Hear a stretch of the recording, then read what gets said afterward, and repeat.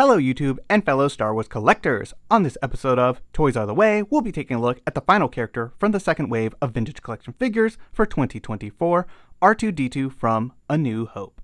So at last, TVC fans can add a clean version of R2-D2 on the classic Kenner Cardback to their collections. Now, there are a couple of things when it comes to droids in the vintage collection that are still a bit frustrating, like the price. This is a smaller figure, and $18 for an R2-D2 that doesn't even come with any accessories is a little challenging. I was fortunate enough to actually get some of these from Amazon for a lower price.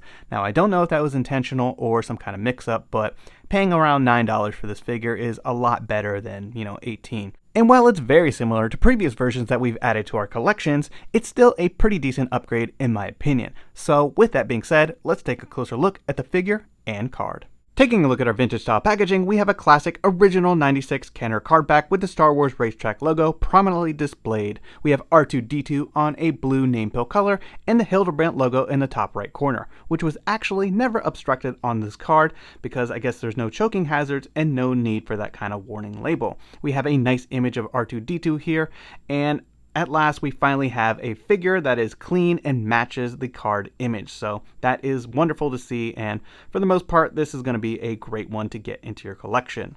On the back, he is VC 149 in the line, R2-D2, and we have a small description of the character, followed by the Vintage Collection logo, and additional images of the card and figure. Thank the Force that we finally have a clean R2-D2 figure that matches the Cardback image that we can finally add to our New Hope carded collections. Lastly, taking a look at the previous release, you can see that the Hildebrandt logo was not obstructed on this A New Hope card back, but unfortunately the R2-D2 did not really match what was seen on the card back image. And additionally, we have a different layout and design on the back as well.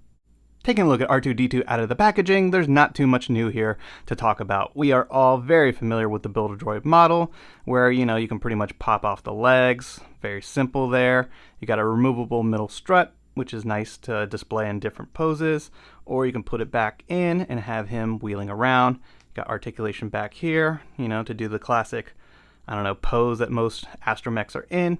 You also have a dome that rotates 360 degrees and can also be removed.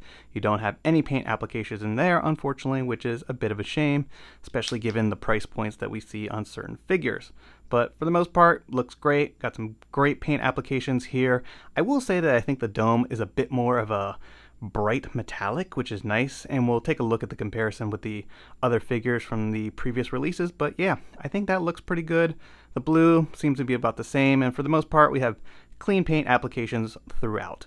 I do wish this figure came with some sort of accessory or something, but I'm still happy to have it, and it'll make a great addition to the collection. Lastly, taking a look at R2-D2 compared to the previous releases seen on the left and right, you can see that the plastic used is much brighter in a richer white color, which is nice to see considering this R2-D2 is supposed to be very clean and just complete opposite of what we see on the right hand side.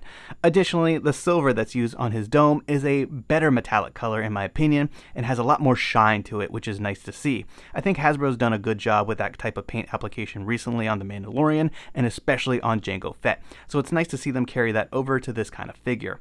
So the Force Link version on the left hand side has those jet accessories, which are really cool that you can easily just, take off and then clip onto his leg, which is a nice, inclusion to have, especially considering it's a smaller figure and, the price point and all of that.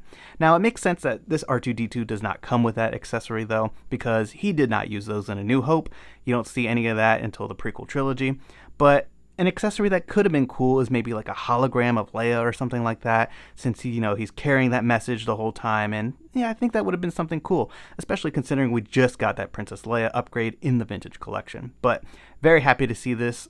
I like this droid over here, but it wasn't really working for that cardback image, so all in all, I think Hasbro's done a pretty decent job here.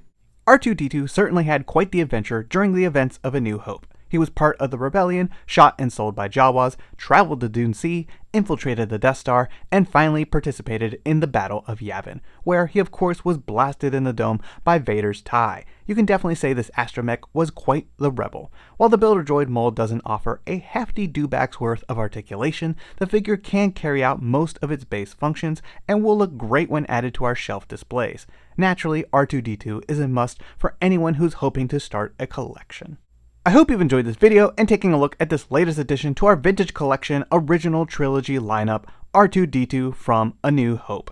Be sure to let me know your thoughts in the comments down below. And don't forget to drop a like on this video and subscribe if you're new to the channel. It really helps and is always greatly appreciated. Thanks everyone, and may the Force be with you.